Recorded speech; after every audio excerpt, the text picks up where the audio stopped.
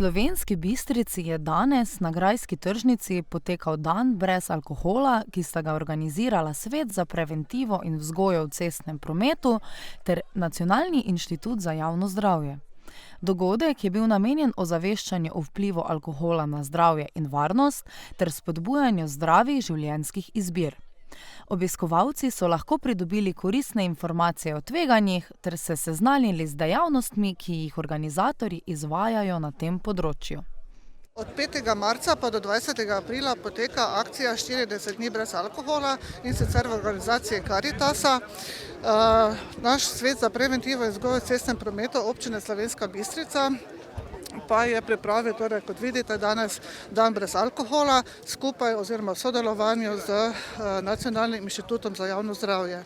Zdaj zraven smo povabili tudi Center za krepitev zdravja, AMD, Zveza šoferjev, avtomehanikov, študente, TIC, pa tudi redarje in policiste, tako da skupaj si predstavljamo tisto dejavnost, ki je povezana z alkoholom.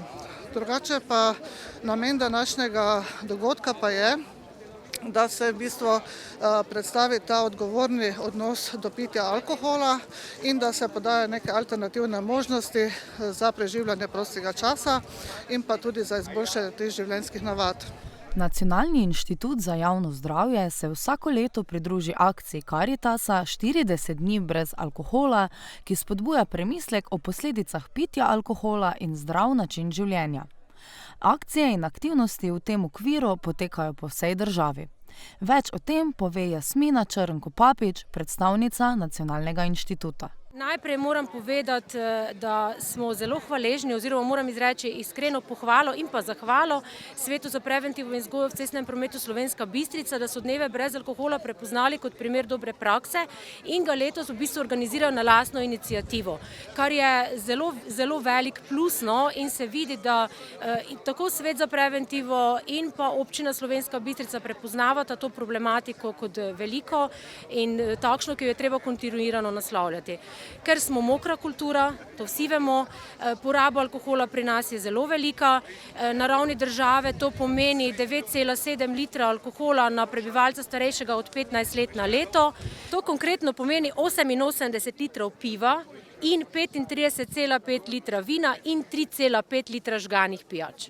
To je seveda registrirana poraba, k temu, če dodamo še neregistrirano, ta številko zdigne še za približno petino. Ker govorimo o odgovornosti do tega, bi seveda takšne aktivnosti ne bi smele biti zreducirane samo na en dan ali pa na eno obdobje, ampak bi bilo smiselno, da to odgovornost ohranimo še celo leto in da res, ko govorimo o pitju, mi smo le v vinorodni kraji, to že moramo vedeti tudi, moramo pač govoriti na način kulturnega pitja vina in to je treba imeti pač v mislih in zdaj, če bi seveda nekako uspeli te stvari združiti, bi nekatere številke, ki so mogoče res negativne, bile lahko bistveno boljše.